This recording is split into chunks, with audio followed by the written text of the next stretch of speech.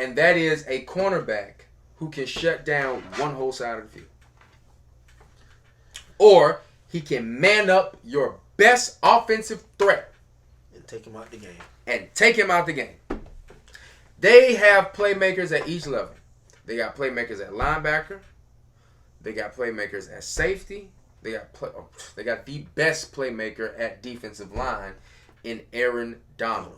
The issue with the Bucs, and one of the reasons why we lost that game and why we may even lose more games, is because until we address that secondary,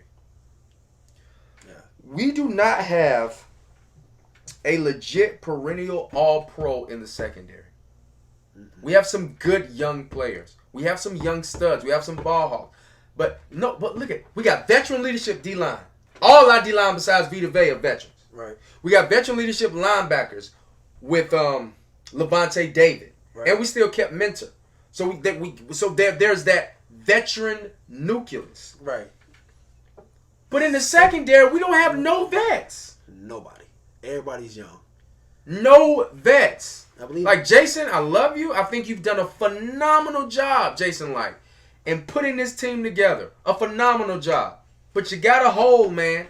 And that hole is not only don't you have a perennial all-star, a perennial all-pro in the secondary, you don't got no veterans back there.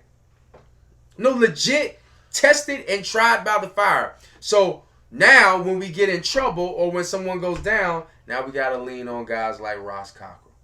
And we got to lean on guys like Adams. And we got to lean on guys like Delani. And then so before we move on, the biggest, and they know this, our defense just sucked. No intensity. We couldn't get any pressure. What happened to Devin White? Devin went Devin, when you watched the Buccaneers defense play, he was the one who stuck out. Like somebody shot him out of a cannon. Right. He's just everywhere. But I was looking at In the Current, and I was paying attention to interviews after the Super Bowl. And Devin White act like the defense was responsible for the Super Bowl. And I'm not disagreeing. Mm-mm. But, brother, I will tell you this. Tom Brady has that offense. That offense is showing up this season. Right. What we did, we put up 30, 40, sputtered a little bit against a great defense. But that offense is showing up. Yeah. That defense, and you supposed to be the captain of the D. You've been drumming the horn. You was on ESPN right after the Super Bowl. Right. You've been everywhere. That In the Current talking big noise about how the defense is the heart and soul of this team. Where was it? You need to show me. Because y'all ain't showed me since this season started. And I'm not overreacting. It's a long season. I get it. But I don't know about you. Even when we sucked, I hold my team to a high standard. Especially when I know we have the personnel to get the job done. So I want to say, the turning point for me defensively came early again. When somebody gives you something, I was taught that when somebody gives you something, you take it and say thank you. Right. Especially if it's something that you want, you've been looking for. Yeah. You take it and you say thank you. Mm-hmm. Matthew Stafford gave Jamal Dean an interception right in his hands. And dropped it.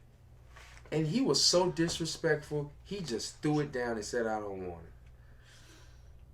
it. And right after that, I believe a few plays later, bombs over Baghdad to Deshaun Jackson, and the rest is history. Cleared it. Cleared the scene.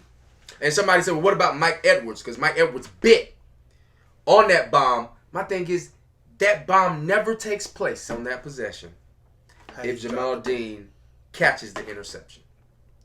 It was so easy because the receiver was nowhere near him. Threw it right to him. And once again, this is not a crucifix. We're not crucifying. We're just telling you what we saw.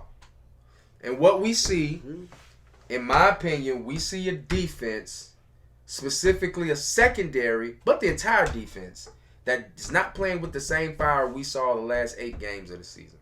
So we have to rectify that. We got to get that together. You gotta get that ASAP. ASAP. So